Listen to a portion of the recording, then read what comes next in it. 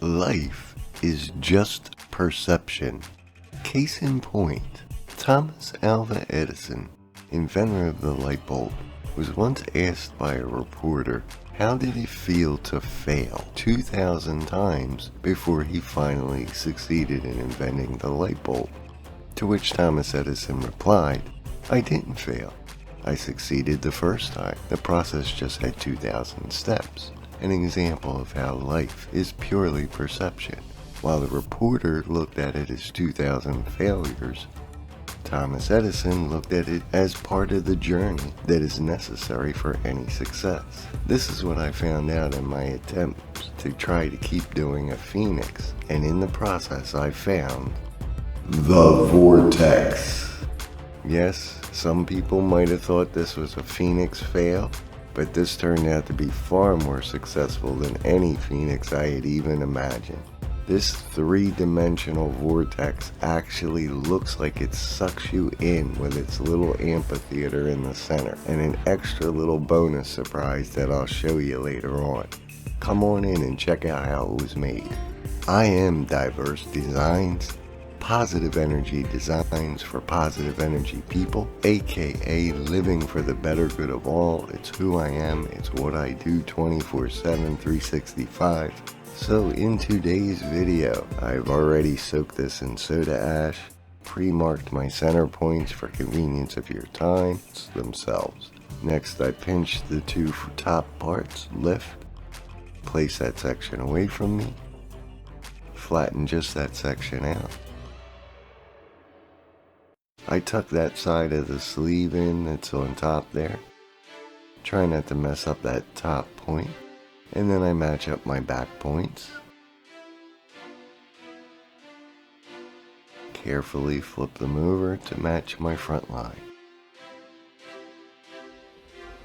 Lift and give it a shake. The shake is trying to get all the seams down with one another, and now I tilt it to try to get the one sleeve inside the other. Take the portion in your fingers and place it away from you. That allows you to work inside the sleeve to get those evened up. There's a seam on the inside by the armpit. Just match those two up. Stretch your fingers in there. Spread them out wide. You can try to get up in that collar if you can, or on that shoulder.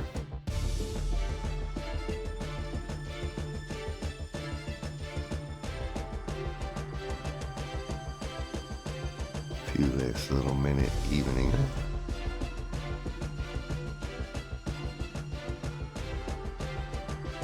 And we give it a flip, so that now the front center is right toward me.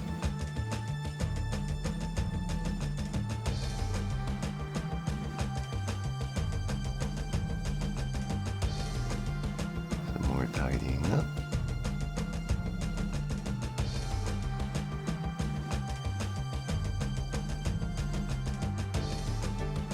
So I first drew out as if I'm going to do a phoenix, because that was what I was really going for. And I based this particular part off of Tie-Dyed Skies in Columbia's How to Tie-Dye a Phoenix. Now I don't follow exactly those lines, and I don't follow exactly his process. I kind of tweaked it a little bit. But I'm basically doing fan folds right around that pivot point on the top portion of the wing, where the wing kind of goes from a curving section and then it bends and shoots off toward the shoulder. There's a little bend there. I'll show you in a minute. There we go. So I'm really trying to keep those first 3 or 4 folds all pivoting around that one point right where my right fingers are on the right hand side of your screen. I tried to carry the fan folds all the way out, and I really tried to work and develop those inside folds there.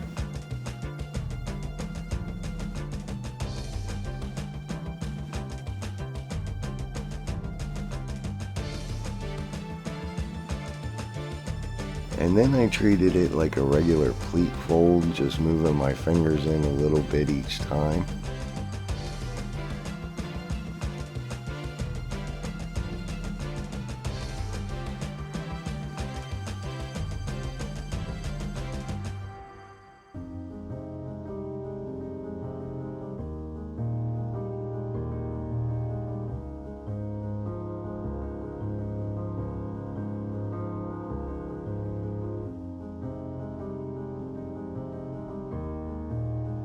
Now here's part of the trick here. When I'm actually lining this up, it's actually pulling up right above where the phoenix is drawn. It's drawing that in these little arcs.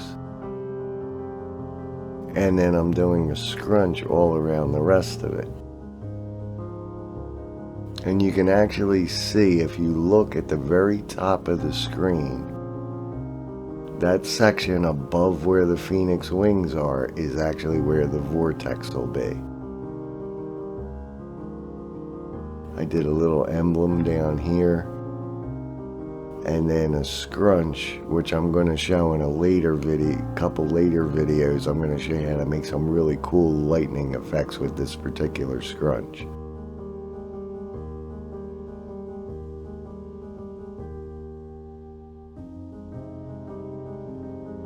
But the more you can make it look like tiny brain, kind of pattern, the cooler effect you'll get.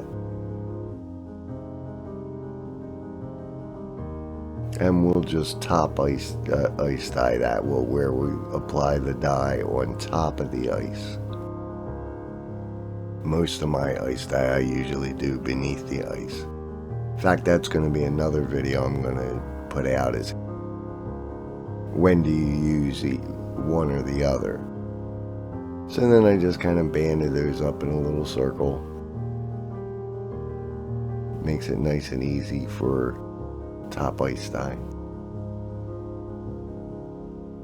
So here's my phoenix wing, and I'm just going to try to put kind of some deep purple around the edge there, and then I'm going to put some bright green on the inside of that, and then that's a sea foam up at the top all around the outside of the phoenix wing. Sea foam's a really, really light green.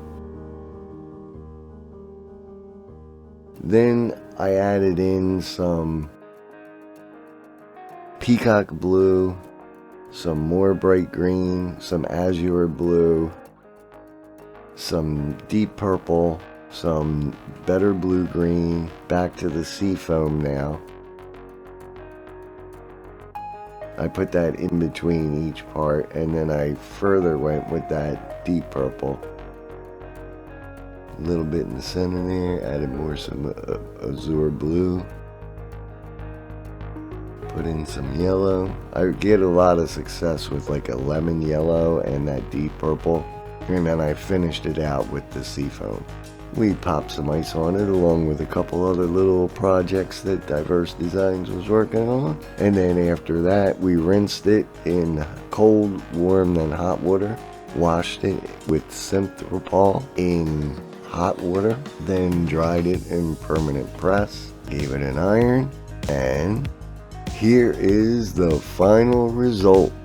The Vortex in all its glory.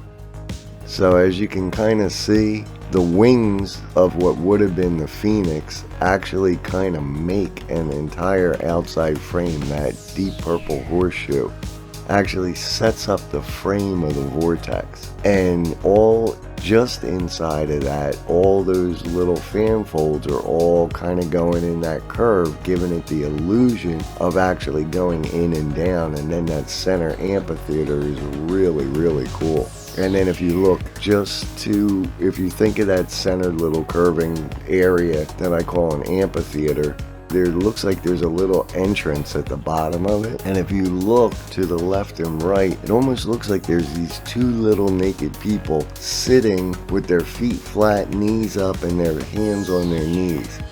So it was really cool, really enjoyed it. Here's Here's another one with an actual background, just to give you a little contrast with it. Hopefully you enjoyed. I am Dyeverse Designs, positive energy designs for positive energy people. And as somebody who's always living for the better good of all, nothing makes me feel better in life than when I do something good for somebody else. It always makes me feel great. I want to give you that feeling right now. Picture of a little green shirt and a circle is going to pop up. Please click that for me to subscribe. It'll help me to get rated higher so that I can actually be seen by more people, so that I can do good for more people. Help me to do that. You'll be helping me, and you'll be helping the people that I'll be able to help. It's something that just keeps spreading on. You'll feel great doing it. Go ahead, click that button. Until then, I am living for the better good of all. I hope you are too.